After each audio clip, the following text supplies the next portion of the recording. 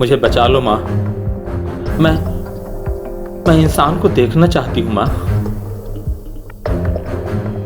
मेरे बच्चे, तुम्हें इसके लिए कोई पछतावा नहीं होना चाहिए मेरे बच्चे।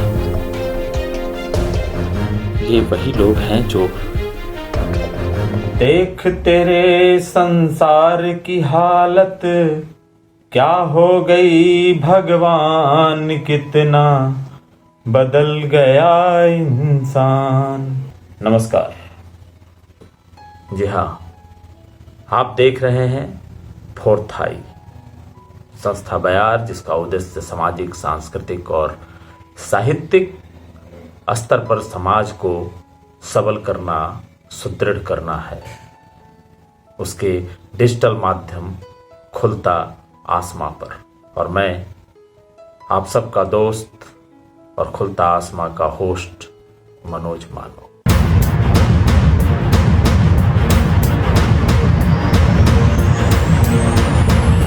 जानवर से भी न जाने कितना आगे निकल चुका होता है,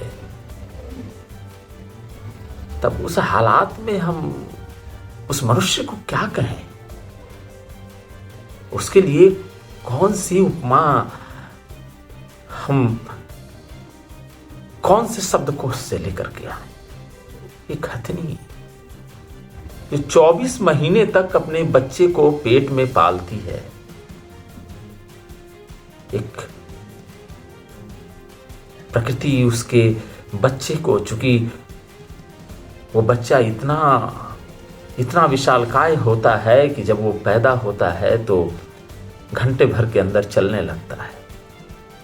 इसलिए उस गर्भस्थली में प्रकृति ने ही एक बैग जैसा चमड़े का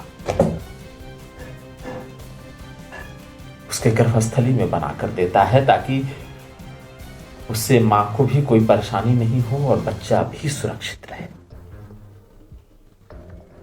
अब इस हाल में उस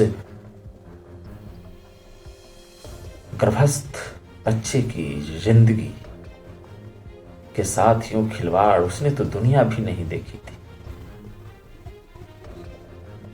और इसे निश्चित तौर पर खिलंदड़ी तो नहीं कहा जा सकता, क्योंकि ये घटना एक ऐसे राज्य की है जो इस दंभ में जीता है कि उसके यहां 100% 100% लोग शिक्षित हैं। तो आज इस साहित्यकारों की वो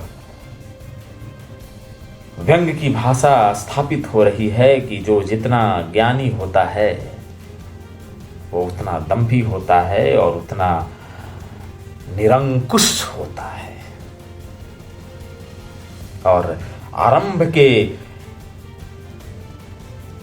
उस दौर में, विशेषकर भारत के परिप्रेक्ष्य में, आज ये बात साबित हो रही है कि जहां शिक्षा ज्यादा है लेकिन मूल्यों का ज्ञान नहीं है, ये शिक्षा पद्धति पर सवाल भी उठता है कि चूंकि हमारे शिक्षा पद्धति में मूल का ज्ञान रखा ही नहीं गया,